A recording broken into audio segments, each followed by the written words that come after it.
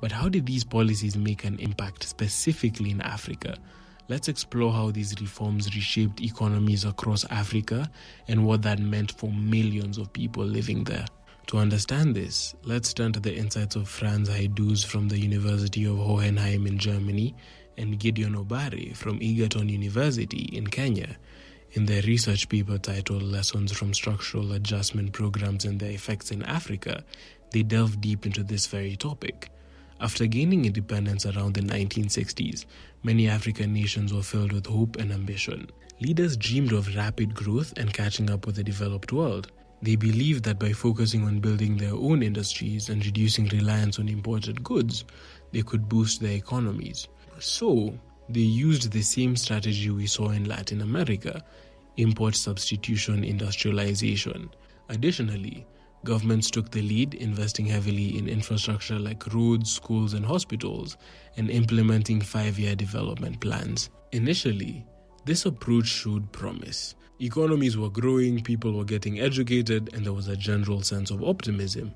But by the 1970s, things started to slow down. The sharp increase in oil prices during the 1973 and 1979 crises led to economic challenges for many African countries. These countries, which were largely dependent on oil imports, faced rising energy costs, which strained their budgets and reduced their ability to invest in development. The oil shocks, which also contributed to inflation, reduced foreign exchange reserves and increased the cost of critical imported goods. Economic growth began to stagnate, and by the 1980s, many African countries were facing serious challenges like high debt, declining exports, and inefficient state-run industries. In an effort to turn things around, African governments tried increasing state-led investments, but these efforts didn't bring the desired results. That's when the International Monetary Fund, the World Bank, and Western donors stepped in with those infamous structural adjustment programs. Despite the good intentions behind these SAPs, these policies didn't always work out as planned. The one-size-fits-all approach of SAPs didn't take into account the unique challenges and contexts of individual African countries. The impacts of the programs on Africa were similar to the ones observed in Latin America. Cutting government spending, privatizing state-owned companies, and deregulating markets without proper safeguards led to less money for essential services like education, healthcare, and infrastructure, accompanied by job losses, unemployment, and vulnerability to external shocks. Additionally, reducing support for agriculture hit rural communities hard, especially since a large portion of Africa's population depended on farming for their livelihood. Critics argue that the SAPs overlooked the social aspects of development. They didn't sufficiently consider how rapid changes could affect people's lives, especially the most vulnerable. Moreover, the expected economic growth didn't always materialize, and in some cases, countries ended up with even higher debts. One of the key lessons from this period, as highlighted by Haidus and Obare, is that simply reducing government involvement isn't a magic solution. Developing countries often lack the strong institutions and mature markets needed for free market policies to thrive immediately.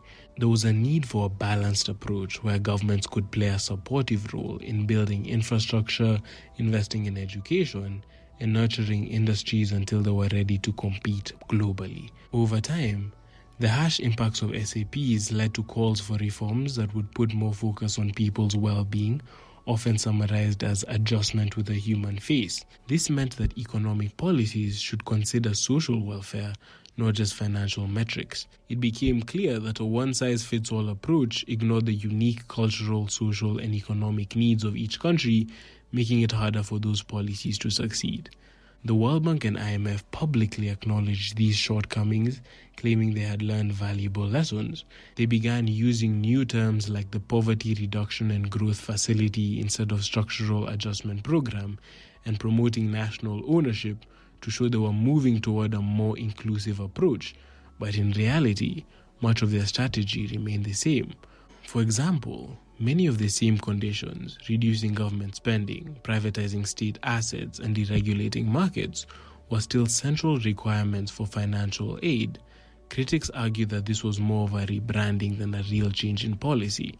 Moreover, Even though there was more talk of including local voices, the influence of wealthy countries in these institutions continued to shape the reforms. In practice, developing nations often lack the resources and influence to negotiate with the World Bank and IMF, who still imposed policies that served the interest of wealthier nations.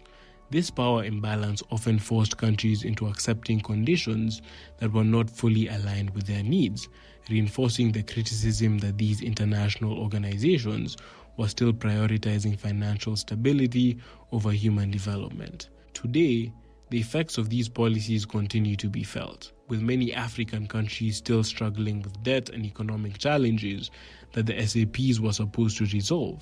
The legacy of these programs serves as a reminder of the importance of crafting policies that respect local contexts and promote inclusive growth, rather than enforcing a rigid set of economic rules. While the IMF and World Bank may claim to have adapted, the fundamental approach remains the same, raising important questions about the role of international institutions in shaping the futures of developing economies.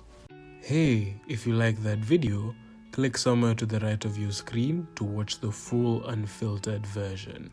All the best and thank you.